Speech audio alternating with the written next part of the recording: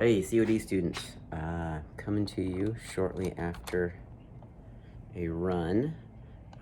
I have read through a lot of your posts you've submitted, the ones in regards to your running history, both long-term, short-term, and then your running goals. And I want to address some of the things you brought up. I definitely have a plan for this course, but I want that plan to be very dynamic. So as you bring things up, I hope to address them. And so keep reaching out. Tell me any issues you're having with running, any difficulties, and what you need from the course. Another reason I'm coming to you right after a run is that's when I think best is on the run. Sometimes I feel like that's when I figure out life. That's when I solve my problems, that type of thing. So I hope you guys are finding that as you get into running as a time when you can escape and really clear your mind and think. So some of the things that were brought up that I wanted to address were people pointed out areas they're having pain. So back pain and knee pain were the most common. People talked about wanting to run more efficiently and wanted to develop routines that got them running regularly. So as far as routines, the thing that helps me the most is to set myself up for success as far as a routine. If there's something I want to do, such as go for a run, I make it easy for me to get out the door and go for a run. So things like having a regular time when you run. I run first thing in the morning. So when I say make it easy for me to get out the door, I've already talked to my wife and kind of said out, hey, I'm going to go for my run at this time. So she's aware of that. I'll have the coffee ready. So when I wake up, I can just push the button and the coffee starts and wakes me up. I'll have my clothes laid out. I'll have my shoes. It sounds weird. I'll have my shoes clean. It's something I just do. I feel better putting on clean shoes. So sometime the day before, after coming back for a run, I always wipe down my shoes. Just an oddity about myself.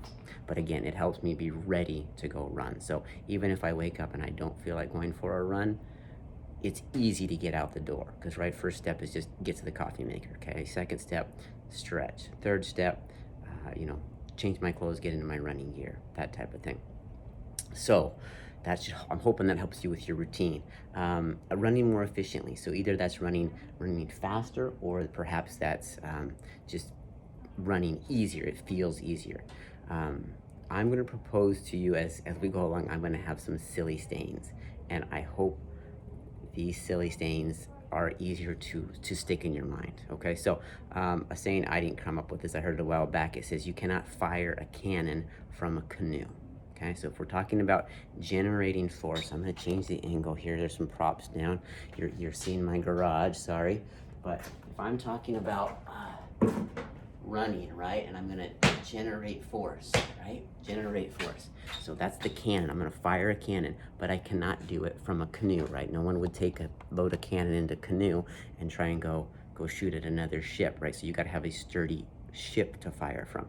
When they talk about that, they're talking about your trunk, your core, right? That's where our force is going to be generated. So I want you, as we go through this course, to not think about all your effort, all the muscular activity that's moving you forward as you run, whether it be, up a hill or trying to run fast. It's not largely coming from your ankle, your knee, your hip. Some of it is, but it's generated from your core, and we're going to talk about your core next. As far as the pain, right? People said back pain and hip pain. I'm going to first address kind of posture and some stretches and some strengthening of that will address directly your back and your pelvis, but it all ties together, and I want to hit the back and the pelvis before we move down and get to the hips and the knees. All right, so there's the can't fire canoe, or can't fire a cannon from a canoe, right? We got to have a strong core. So the other part is I want you to think about, we're going to talk about your pelvis, right, as we move into this next one. Okay, so I'm going to angle this. I got my shirt tucked in so you can see my waistband, right? So your pelvis is a ring of bone, right? Okay, think of it like a ring of bone, right? Attaches to your spine, and then attaches to your leg bones, which are your femurs up here. Okay, and so your pelvis, though, that ring of bone, right, is meant when we run to ride pretty level, right? As we run, of course, it might shift anterior and back. It might rotate side to side a little bit, but those movements should be pretty minimal.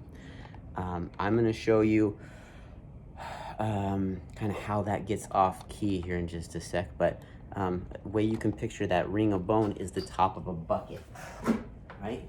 Here's my bucket, right? So if this is my pelvis, right, and the top of my the top of my bucket is that ring of bone, I want this to ride pretty level, right? Again, it might tilt this way a little bit, it might rotate this way a little bit, but we don't want it to go too far, because that's going to affect both our ability to generate force, and it's also going to play havoc on our back, right? So there comes some of your back pain. So the problem most people get into is called an anterior pelvic tilt. That just means your pelvis tilts forward, right? So that means this bucket is not level. This bucket tilts this way. I'm spilling all the water. My pelvis, it's tilting this way. I'm spilling all the water here, okay? And that comes largely from a muscle imbalance. The muscle imbalance is kind of chronic. We see it in society a lot. Weak abdominals, weak glutes, right? So if I'm surrounding that pelvis, right, it's weak abdominals and weak glutes. It's a tight lower back. And I would say the biggest culprit is your tight hip flexors, okay? Not yours. I don't know if everybody has tight hip flexors. I do, and I think a lot of people do, and I'll show you why, right? So your hip flexors flex your hip, right? Your hip flexors bring this leg up this way. So now they're shortened, those muscles.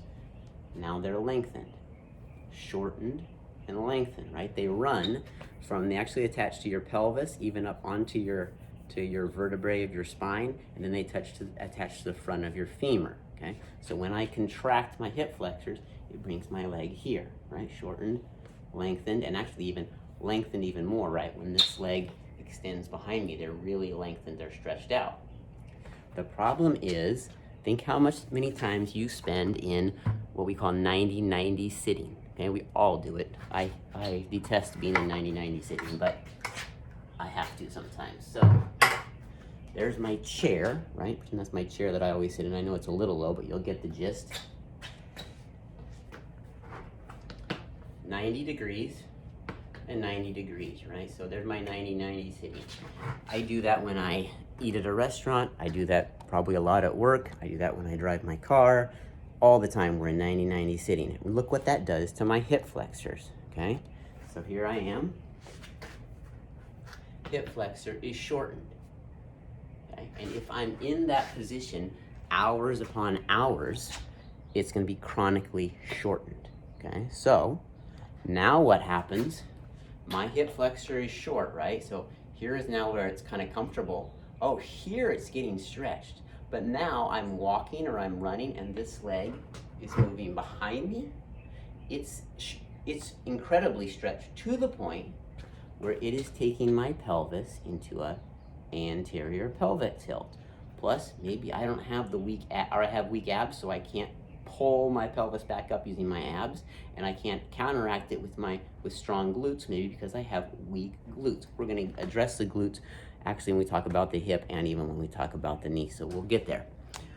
And the other thing is, right, tight lower back, right? So if the pelvis goes down in the front, it comes up in the back and it's tight here. So these muscles are now tight, could be causing back pain. Also, I'm now in this back extension, which in your vertebrae, right, your spinal canal, it actually going into extension like that closes a lot of holes within the bone where nerves need to run through. So, right, another source of back pain. So we're going to look at a couple things. We're going to look at stretching out our back. We're going to look at stretching our hip flexors, and then we're going to look at strengthening both our abdominal muscles and our glutes, okay? So you got a couple silly things as far as, right, now your pelvis is a bucket. That's kind of odd, right? Now your core is a canoe, and when you run, you're firing a cannon, but I bet it sticks with you. Okay, here's another one. Your pelvis, and one of the reasons I'm bringing it up first is it's that ring of bone, right? It's like a steering wheel. okay? Not a steering wheel like on the car, right? That's up here. Kind of like on a school bus where, you know, at least my vision is it almost lies level, because this pelvis is kind of the driving force in the rest of your form, right? If your pelvis is out of whack and it affects your lower back, that's probably gonna go up the chain. It's gonna affect the position you're carrying your head in, your neck, and your shoulders, okay? So it's all related. Let's get to our exercises here, okay, because I've already 10 minutes in and I don't want you just sitting in a 99 position watching exercises. So let's start with the stretching of the low back. Okay, so I'm gonna bring my mat closer. I think, yeah, that ought to do. Okay. So simple stretch for your low back. And in PT, a lot of our exercises. Oh, I haven't told you that I'm also a physical therapist. That's part of my background on top of running. So I'm a physical therapist at Eisenhower. So I've worked with patients similar with these kind of conditions. We tend to have an older population that's more concerned with maybe just general mobility rather than getting out and running. But so simple names for the exercises that describe what they are. So first exercise is double knee to chest, okay? You're here, I think you can see me quite well. Double knee to chest and just pull tight and breathe. I'm not gonna lay here for the full stretch because you don't need that, and we'll move on. But you're gonna lay here for 30 seconds at minimum. Okay, so knees to chest, comfortable stretch, right? You can see I was holding here. If you can wrap and hold, all the better, and breathe. And you're gonna hold it for at least 30 seconds. You need 30 seconds if you want your tissue to deform in a way that's gonna have a lasting result, right? Less than 30 seconds, studies show that that's not effective, but 30 seconds is actually shown to be largely as effective as holding it for 2 minutes. So 30 seconds, and maybe you do that a couple times, okay? Next exercise there is single knee to chest. Not too complicated, right? Here, lean on my back, and I hold here. Again, hold for about 30 seconds and breathe, okay? Obviously, I would then move on to my left leg. Okay, let's stretch your hip flexor. Now, I'm gonna go back to my bucket analogy, right? So, if this is an anterior pelvic tilt, it's all spilling forward. To correct that, I need to perform what's called a posterior pelvic tilt. I need to bring the bucket from here back to level. So it's a posterior pelvic tilt. It will feel odd initially because a lot of us have spent just so much time chronically in an anterior pelvic tilt that we've gotten comfortable. But the position, right, looks like this. Level pelvis, right? And what I'm gonna do is I'm gonna contract my abs a little bit, and I'm gonna contract my glutes, right, my buns, okay? And that's my position. Easiest way to do that is lying on your back. I think you cannot see me. Okay, lying on my back.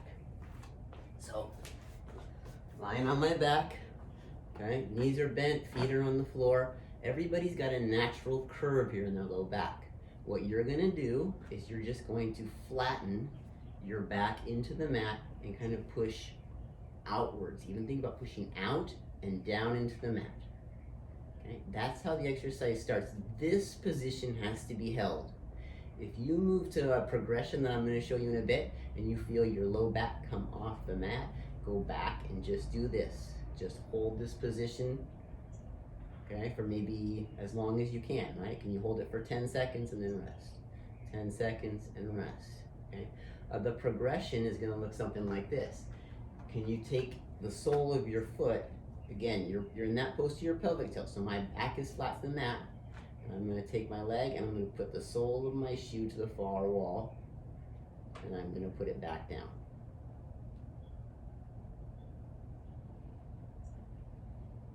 Okay, just like I'm marching, can I hold it for 3? 1, 2, 3. 1, 2, 3. Okay. that's where we're gonna start with our basic, because I want you to be able to hold that posterior pelvic tilt. Once you get a feel for it on the floor, just try it in standing, right? You're at the grocery store.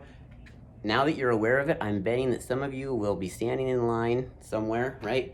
And 6 feet apart from the person next to you, and you will you'll notice that, oh my gosh, I'm in that anterior pelvic tilt, and you just correct it, okay? And that's a strengthening activity in itself.